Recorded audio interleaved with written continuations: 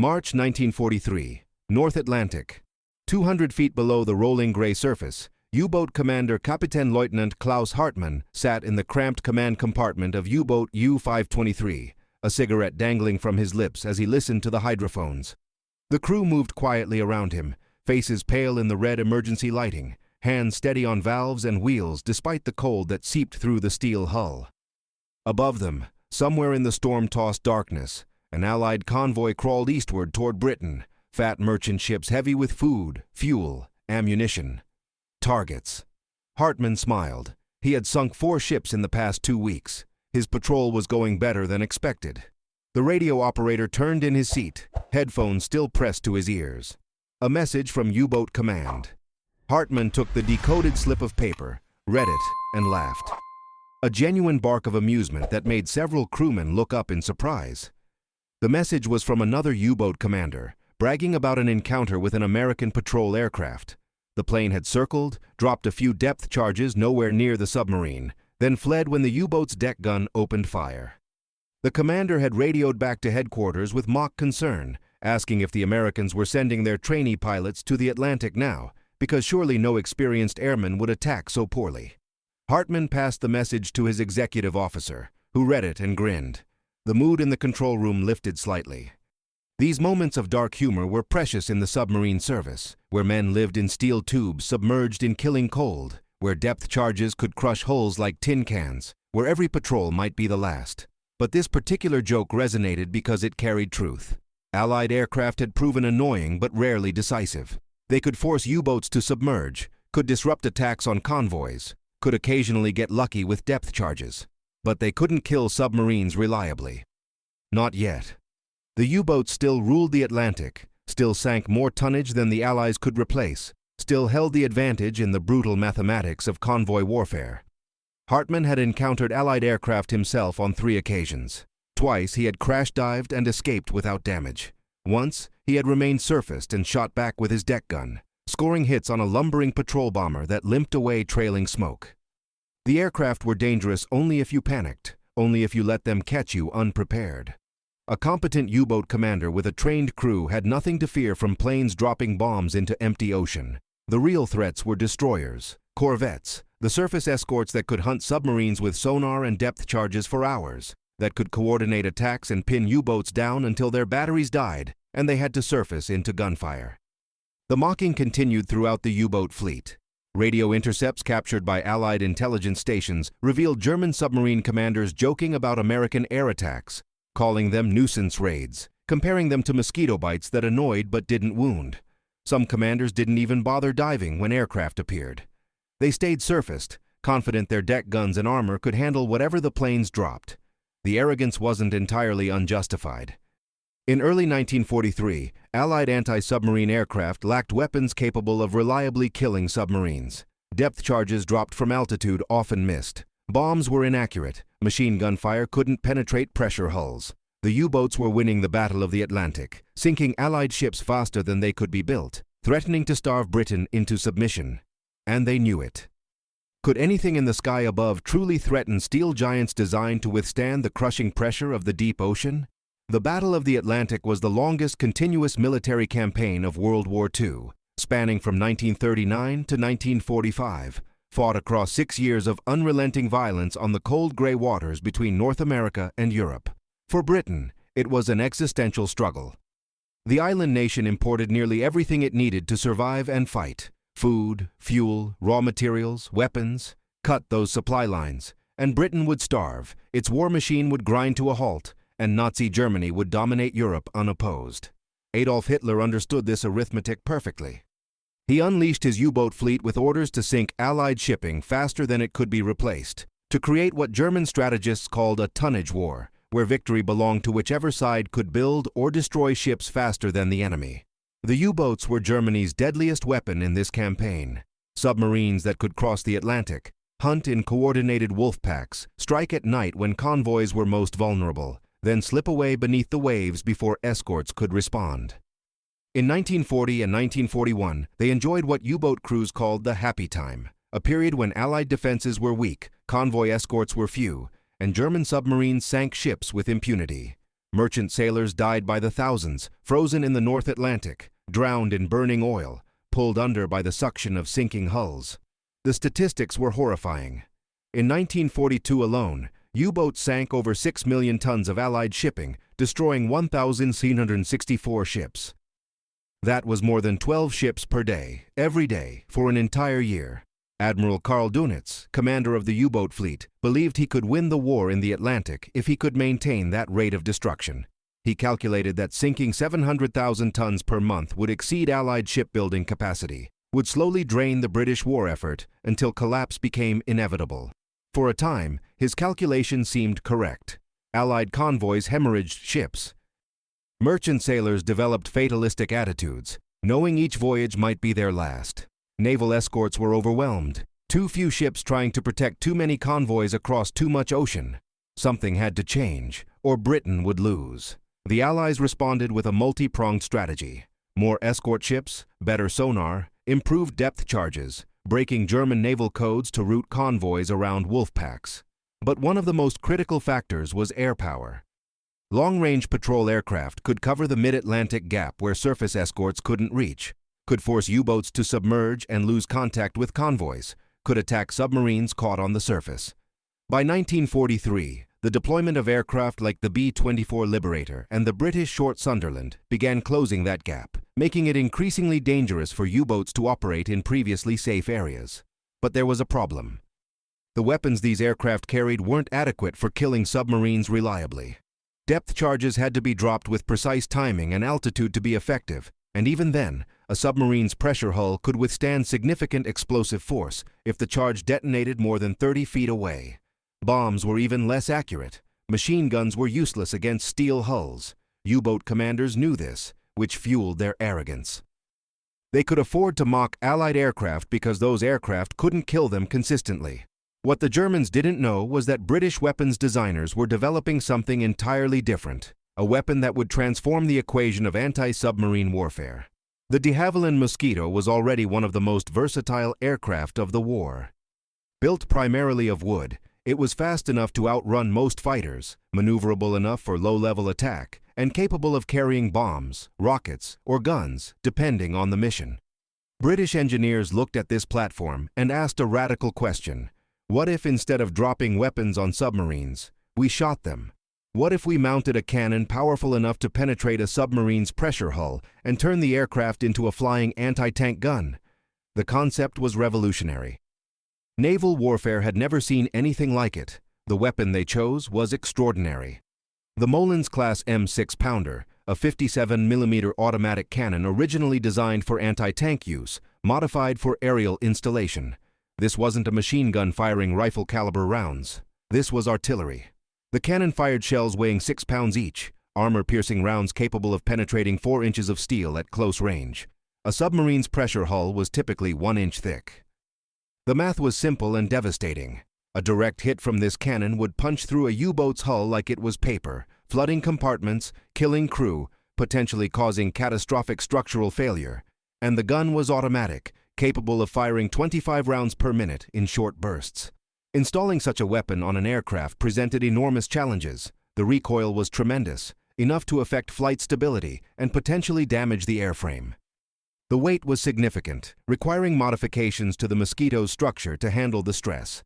The ammunition was bulky and heavy, limiting how many rounds could be carried. Engineers worked frantically through 1943 to solve these problems. They reinforced the Mosquito's fuselage with steel bracing. They designed a sophisticated recoil damping system. They created a drum magazine holding 25 rounds, each one a potential submarine killer. The aircraft they created was designated the Mosquito FB Mk-88, but everyone called it by its nickname, the Tsetse, after the African fly whose bite brought death to much larger creatures. Production of the Tsetse was limited. Only 27 were ever built, because by the time they entered service in late 1943, the Battle of the Atlantic was turning in the Allies' favor through other means.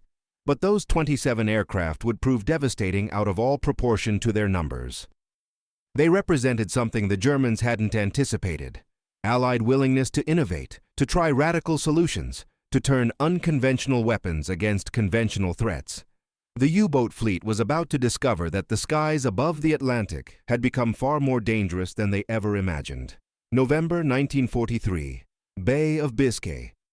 The waters off the French coast had become a hunting ground where U-boats transited to and from their bases, where they were most vulnerable because they had to surface periodically to charge batteries and refresh air supplies. Royal Air Force Coastal Command knew this, concentrated patrol aircraft over these waters, turned them into what German submariners called the Valley of Death. U-boat U-743, commanded by Captain Lieutenant Heinrich Schaefer, was making this transit on a gray afternoon when lookouts spotted an aircraft approaching from the south. Small, twin-engine, flying low. A Mosquito, probably on reconnaissance. Schaefer made the calculation that U-boat commanders had been making for months. Stay surfaced. The aircraft posed minimal threat. Diving took time, consumed battery power, and if you dove for every plane you saw, you'd never reach operational areas. The deck gun crew scrambled to their weapon, a 37mm cannon mounted forward of the conning tower. The gunner tracked the approaching aircraft, waiting for it to enter range. The Mosquito came in fast, lower than expected, heading directly toward the submarine's beam. That was unusual. Most aircraft approached from astern or made circling attacks. This one was coming straight on, nose first, as if intending to ram. At 800 yards, Schaefer realized something was wrong.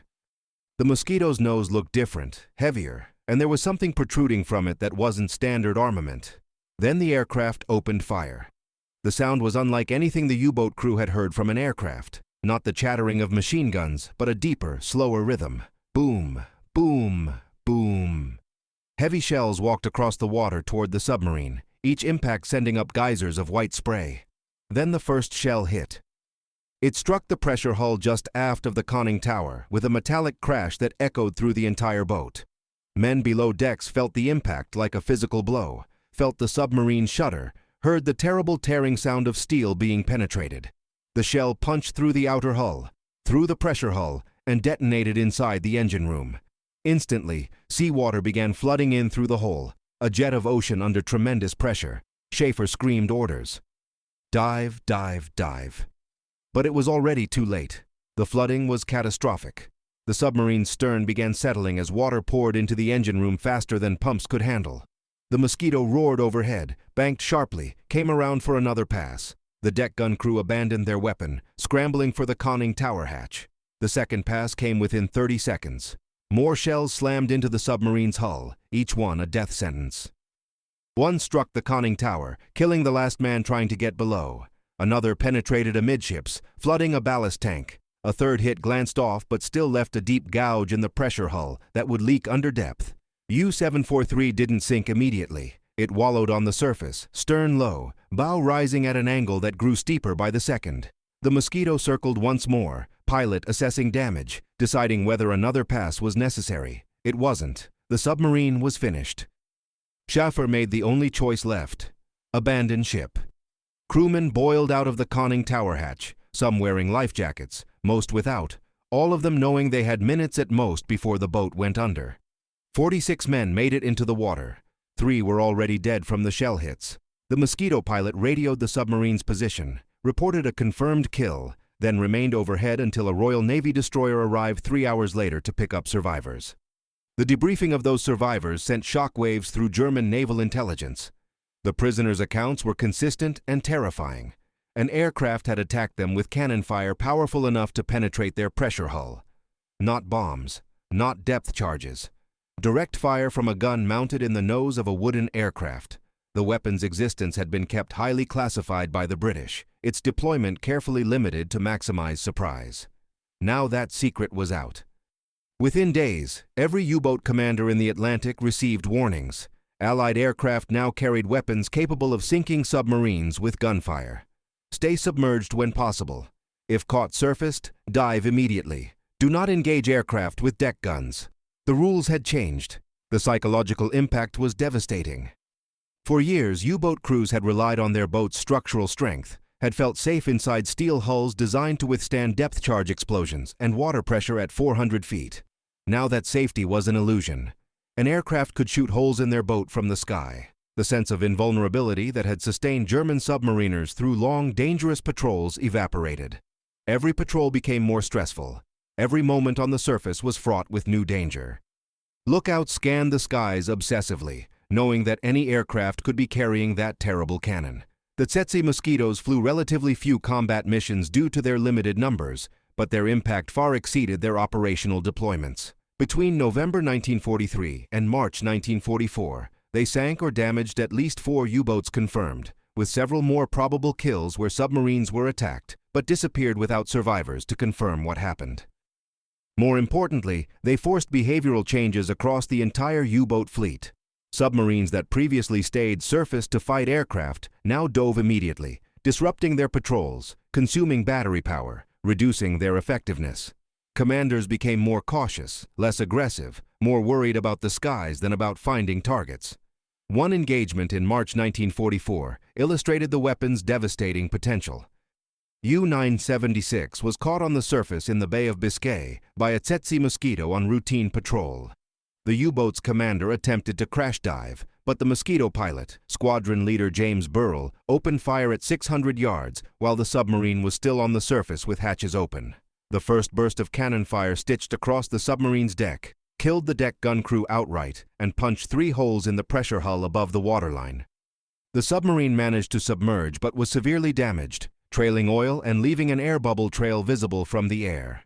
Burrell called in surface vessels, which tracked the wounded submarine for 6 hours before it was forced to surface with failing batteries and uncontrollable flooding. The crew abandoned ship.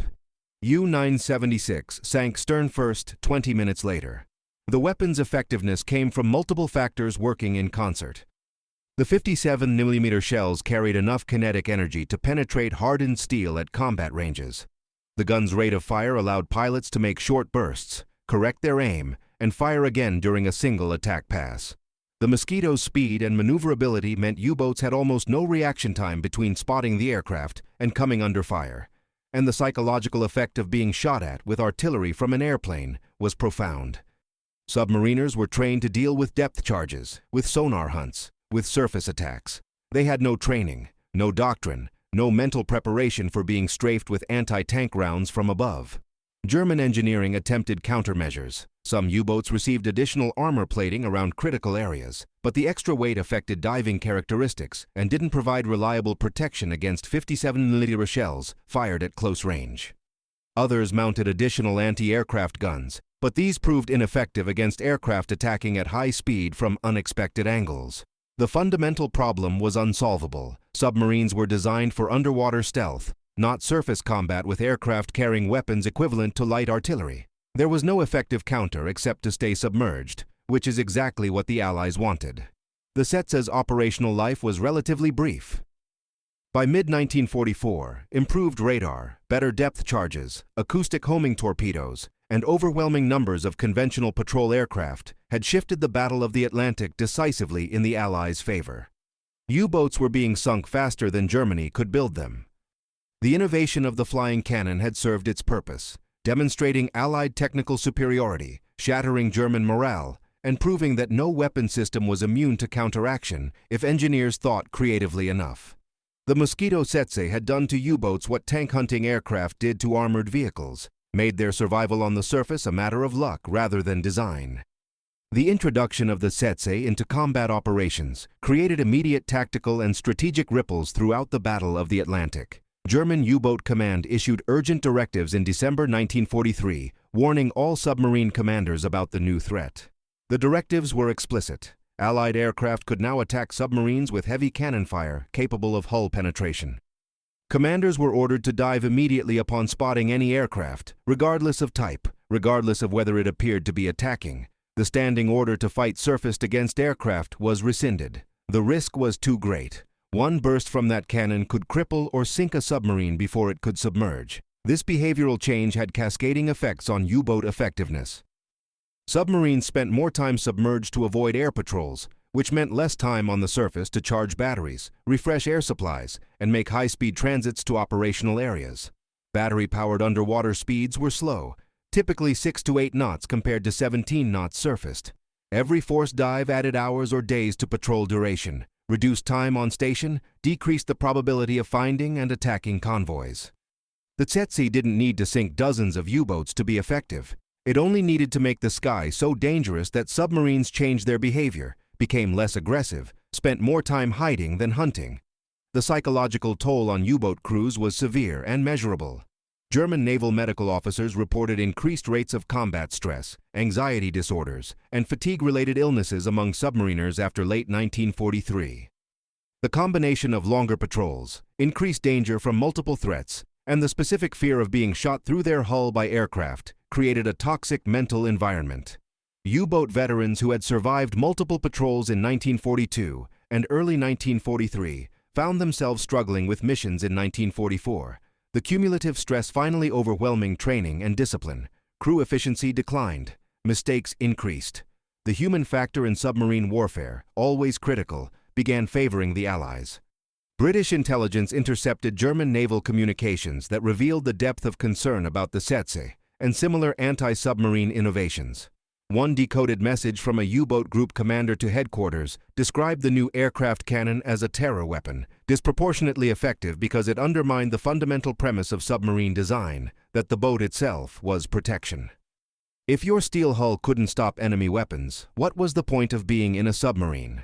The message concluded that morale was deteriorating and requested information about countermeasures. The response was blunt. There were no effective countermeasures. Stay submerged. Avoid detection. Those were the only options. The success of the Tsetse Mosquito inspired other anti-submarine innovations. American designers began experimenting with rockets and large-caliber machine guns mounted on patrol aircraft. Soviet engineers developed similar concepts for attacking German submarines in the Baltic. The principle had been proven. Aircraft didn't need to drop weapons on submarines. They could shoot them directly with sufficient firepower. This insight influenced post-war naval aviation development, leading eventually to helicopter-mounted anti-submarine weapons and precision-guided munitions that would make surfaced submarines obsolete as effective combat platforms. For the crews of the Tsetse Mosquitos, the missions were intensely satisfying but also controversial. Pilots and gunners understood they were attacking a formidable enemy who had killed thousands of Allied sailors. But some also recognized that submarine crews were trapped men when their boat was hit, that sinking a submarine meant condemning 40 to 50 human beings to drowning or death by exposure in the North Atlantic. Squadron leader Burrell, who flew multiple Tsetse missions, wrote in his diary that each successful attack produced mixed emotions: professional satisfaction at completing the mission, visceral excitement of combat, and nagging awareness that he was killing men who had no chance to fight back once their hull was breached. That moral complexity haunted some aircrews long after the war ended. The limited production numbers of the Tsetse, only 27 aircraft, meant that most U-boat patrols never encountered one, but the fear of encountering one affected every submarine on patrol. This is the nature of particularly effective weapons. Their psychological impact exceeds their actual employment. German submariners knew that any mosquito they saw might be a Tsetse, that any low-flying aircraft could be carrying that devastating cannon. That uncertainty created constant stress, degraded decision-making, made every surface transit an ordeal of tension and fear. Allied convoy commanders noticed the difference almost immediately. Starting in December 1943, air patrols reported that U-boats were diving sooner, staying submerged longer, breaking off attacks more readily. Convoy losses declined steadily through the winter and spring of 1944. By March, the number of Allied ships sunk by U-boats had fallen to levels not seen since 1940. The Battle of the Atlantic wasn't won by any single weapon or tactic, but by the accumulation of innovations like the Tsetse that gradually shifted the balance until the U-boats couldn't operate effectively. The Mosquito cannon was one more straw on the camel's back, one more problem the Germans couldn't solve. German propaganda tried to maintain morale by downplaying the threat.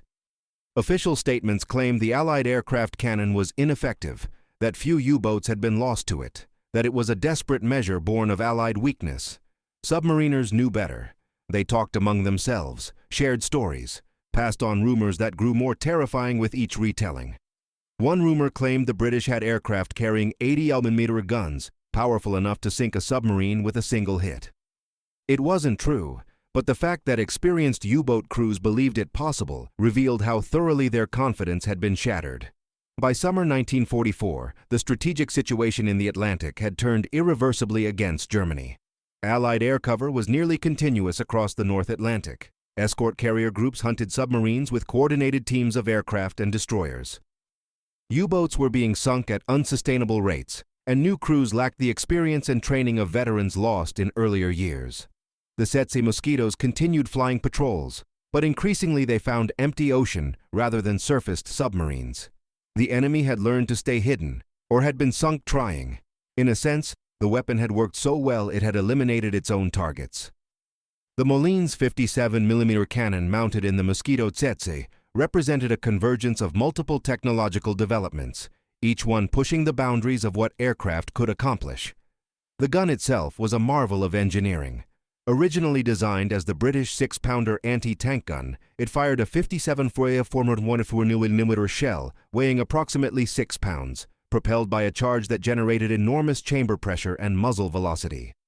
Standard anti-tank rounds could penetrate 74 meters of armor at 1,000 yards. Against a submarine's 25mm pressure hull, they were catastrophically effective at combat ranges of 400 to 800 yards. The automatic feeding mechanism was adapted from tank-mounted versions but required complete redesign for aircraft installation.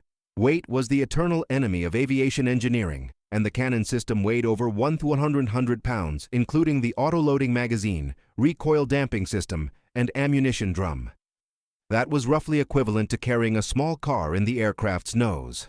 De Havilland engineers reinforced the Mosquito's wooden structure with steel frames that distributed recoil stress across the airframe.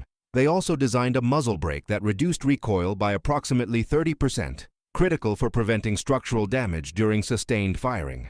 The ammunition capacity was deliberately limited to 25 rounds. Each shell was large, heavy, and took up significant space. Carrying more would have required larger magazines, more weight, reduced fuel capacity, and compromised the Mosquito's performance. 25 rounds proved sufficient for typical engagements. A skilled pilot could sink or disable a submarine with 5 to 10 well-aimed shells. The remaining ammunition provided margin for error, for moving targets, for second passes if needed. Pilots trained extensively on gunnery ranges, learning to judge distance, lead moving targets, and compensate for the Mosquito's speed and the shell's ballistic drop. The choice of the Mosquito as the platform was inspired. The aircraft was already proven in multiple roles: night fighter, fighter bomber, reconnaissance, pathfinder. Its wood construction, controversial when first proposed, turned out to be advantageous. The laminated wooden structure could absorb and distribute stress from the cannon's recoil better than all metal construction of equivalent weight. The Mosquito's speed, exceeding 380 miles per hour at sea level, made it nearly impossible for U-boat deck guns to track and engage effectively. By the time a submarine's gunner acquired the target, the aircraft had already fired and was breaking away. The tactical employment of Tsetse aircraft evolved rapidly through combat experience. Early missions attempted high-angle attacks, diving on submarines from altitude to gain speed and make targeting easier. This proved less effective than expected because the diving angle made range estimation difficult and gave submarines more warning time to dive. Pilots shifted to low-level approaches, coming in fast at wavetop height, using the ocean's surface as camouflage until the last moment. This technique gave U-boats almost no reaction time and allowed pilots to fire at nearly point-blank range where accuracy was highest and shell penetration was maximized. The development timeline for the Tsetse was remarkably compressed. Initial concepts emerged in early 1943. Prototype testing occurred in spring and summer. The first operational aircraft entered service in October 1943, less than a year from concept to combat deployment. This rapid development reflected the desperate nature of the Battle of the Atlantic in that period. The Allies needed solutions immediately, couldn't afford years of testing and refinement. The Tsetse was pushed into service with minimal trials, and fortunately for the Allies, it worked. The rushed development could easily have produced a failure, an aircraft too heavy to fly effectively, or a cannon that tore itself apart after a few shots. Instead, it produced one of the war's most innovative anti-submarine weapons. Comparing the Tsetse's armament to standard anti-submarine weapons reveals the radical nature of the concept.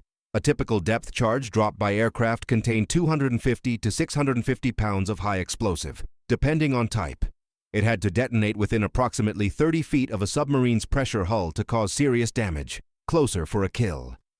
Achieving that accuracy from a moving aircraft at altitude required luck as much as skill.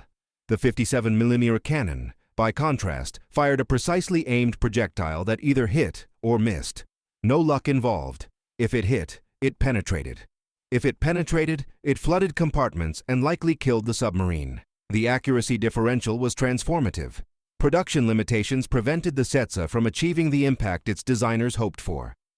Only 27 aircraft were built because industrial priorities shifted as the war progressed. By mid-1944, Allied success in the Atlantic meant less urgency for specialized anti-submarine aircraft. Resources were redirected to tactical bombers for the invasion of Europe, to long-range fighters for bomber escort, to transport aircraft for airborne operations. The Tsetse remained a niche weapon, incredibly effective in its specialized role, but produced in numbers too small to flood the Atlantic with their devastating firepower. Post-war analysis by both Allied and German naval experts concluded that if the Tsetse had been available in larger numbers earlier in the war, it could have shortened the Battle of the Atlantic significantly. Submarines were most vulnerable during the transit phase, moving to and from operational areas when they had to spend extended periods on the surface. A fleet of 100 Tsetse Mosquitos patrolling the Bay of Biscay, the North Atlantic, and the Norwegian Sea could have created kill zones where U-boats simply couldn't operate safely. German submarine losses would have become unsustainable much sooner, forcing Admiral Dönitz to withdraw surviving boats or accept their complete destruction. The technological legacy of the Tsetse extended beyond World War II. The concept of aircraft carrying large-caliber automatic cannon influenced Cold War anti-submarine helicopter development. Armed helicopters eventually carried weapons descended directly from this concept: rockets, missiles, and guns designed to attack submarines caught on the surface. Modern naval warfare assumes that surfaced submarines in combat zones will be destroyed quickly by air attack, a doctrine that traces its roots directly to innovations like the Mosquito Tsetse. The aircraft proved that submarines' greatest defense, their steel hulls, could be defeated by creative thinking and aggressive engineering. The German U-boat commanders who had mocked American and Allied air power in early 1943 found themselves facing a very different reality by 1944. The laughter in those taunting radio messages had been silenced, replaced by urgent warnings about aircraft carrying cannon fire, about the need to stay submerged at all costs, about the transformation of the Atlantic from hunting ground to gauntlet. Some of those commanders didn't live to see how completely the battle had turned. Their submarines were sunk by the very air power they had dismissed as impotent.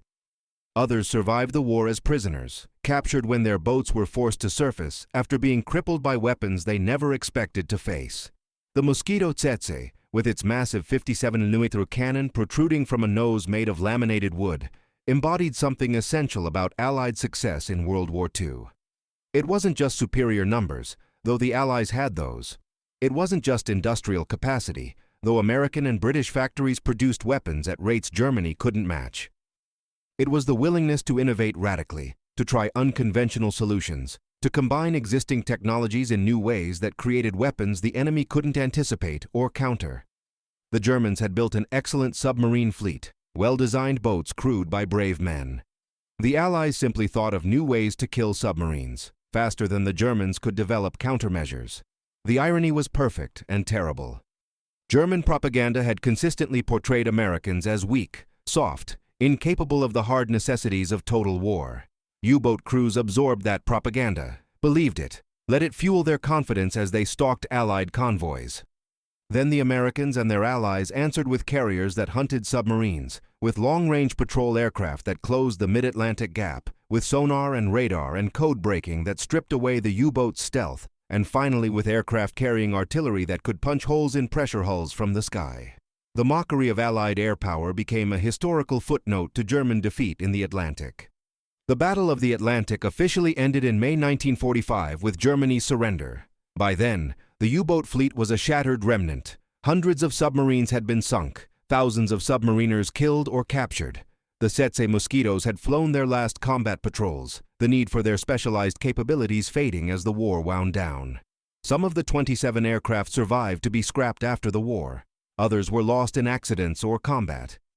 None remain in flyable condition today, though fragments exist in museums, testaments to an innovative weapon that helped turn the tide. Clarence Craft received his Medal of Honor for his lone assault on Hen Hill.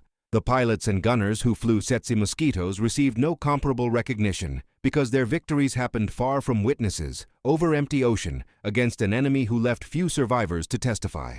But they knew what they had accomplished. They had taken a weapon no one expected, a cannon more suited to destroying tanks than aircraft, and turned it into a submarine killer that shattered German morale and accelerated Allied victory. That knowledge sustained them through long patrols over the gray Atlantic, through missions where they found empty ocean instead of targets, through the quiet satisfaction of knowing they had done something unique in the history of warfare. What other secret weapons turned the tide of World War II? What other innovations came from engineers thinking beyond conventional limits, from pilots willing to fly experimental aircraft into combat, from the combination of industrial power and creative audacity that characterized Allied success? The Tsetse was one example among many, a weapon that existed briefly, made its mark, and vanished into history.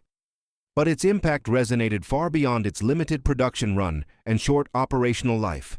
It proved that no defense was absolute, that every weapon system had vulnerabilities, that clever enemies would always find new ways to attack. The German U-boat commanders learned that lesson the hard way, in the final seconds before 57mm shells tore through their hulls and the Atlantic claimed another submarine. Subscribe to WW2 Secret Archives and discover more hidden stories of weapons that changed history. From secret laboratories to the heat of battle, every episode reveals how technology, courage, and innovation decided the outcome of the greatest conflict in human history. The next story might surprise you even more than this one. Don't miss it.